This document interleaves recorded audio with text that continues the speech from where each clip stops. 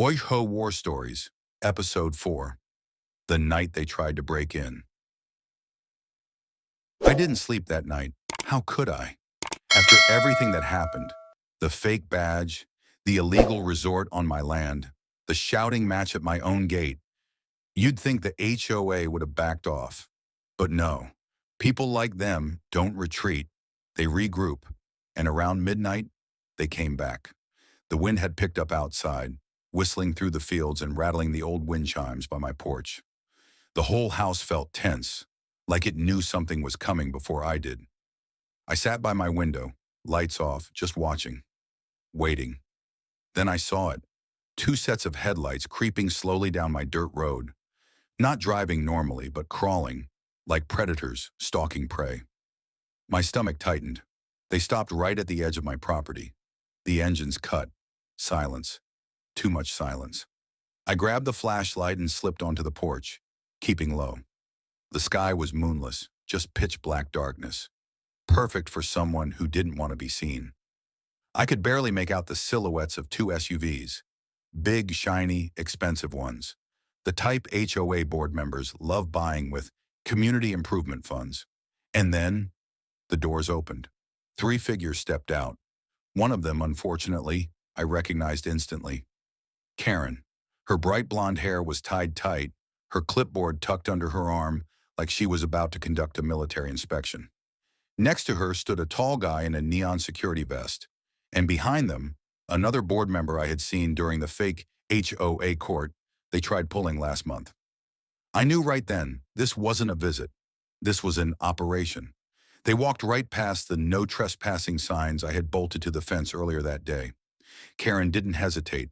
She walked with the confidence of someone who believed the entire world and my property belonged to her.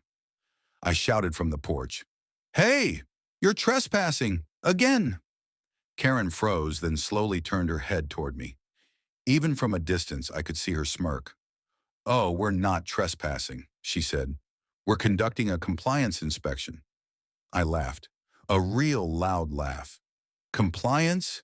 At midnight?" She shrugged. "The HOA reserves the right to inspect property at any hour when violations are severe." I felt my blood boil. "What violation?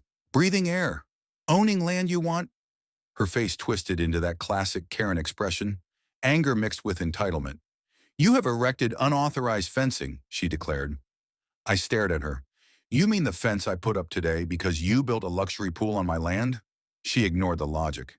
Karens usually do. The tall security guy stepped forward.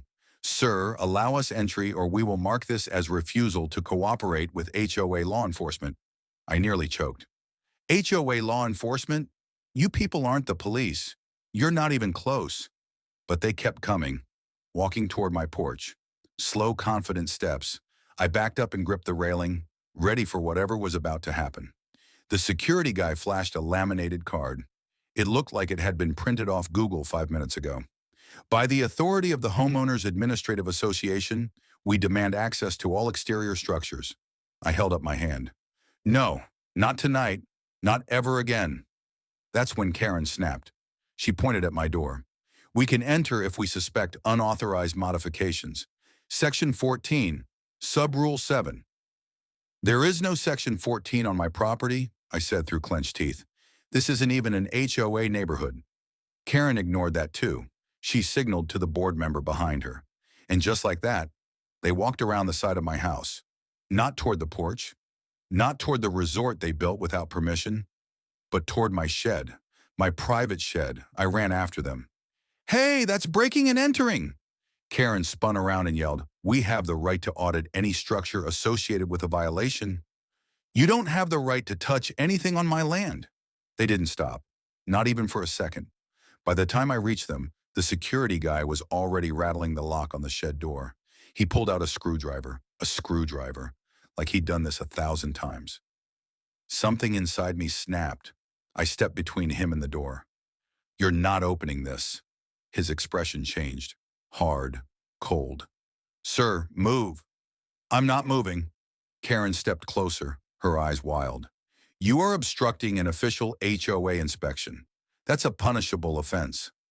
I took a deep breath, then another. "Karen, Step back. But she didn't. She shoved her clipboard in my face. This property is under full review.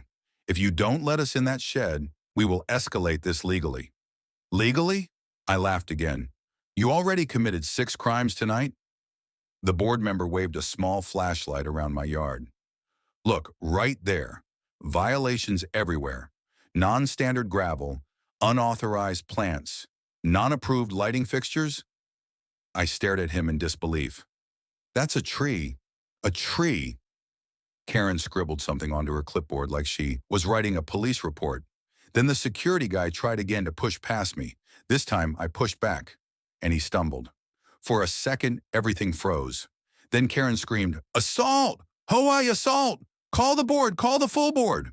The tall guy regained balance, his jaw tight. He took one threatening step toward me. That's when I raised the flashlight like a warning. Do not try me tonight. Something in my voice must have gotten through because he hesitated. But Karen didn't. She jabbed her finger at me so close it almost hit my nose. This isn't over. You hear me? You haven't seen what we can do. We will take your land, your house, your everything if we have to. I stepped forward inches from her face. You built a resort on my land. You trespassed on my property, and you think you're the victim? Karen's eyes narrowed. She signaled to her goons, and just like that, they turned back toward the SUVs. But right before climbing in, she looked over her shoulder and said the words that chilled me more than the night air. Tomorrow morning, you'll receive your final notice. Then the doors slammed, engines roared, and the 2 SUVs disappeared down the road. I stood there for a long moment, breathing, calming myself, trying to understand what final notice meant. But deep inside, I already knew. Tonight wasn't an inspection, it was a warning. The HOA wasn't just trying to bully me anymore. They were preparing for something bigger, something they didn't want me to stop. They were gearing up for war. And in episode 5, war is exactly what they're going to get.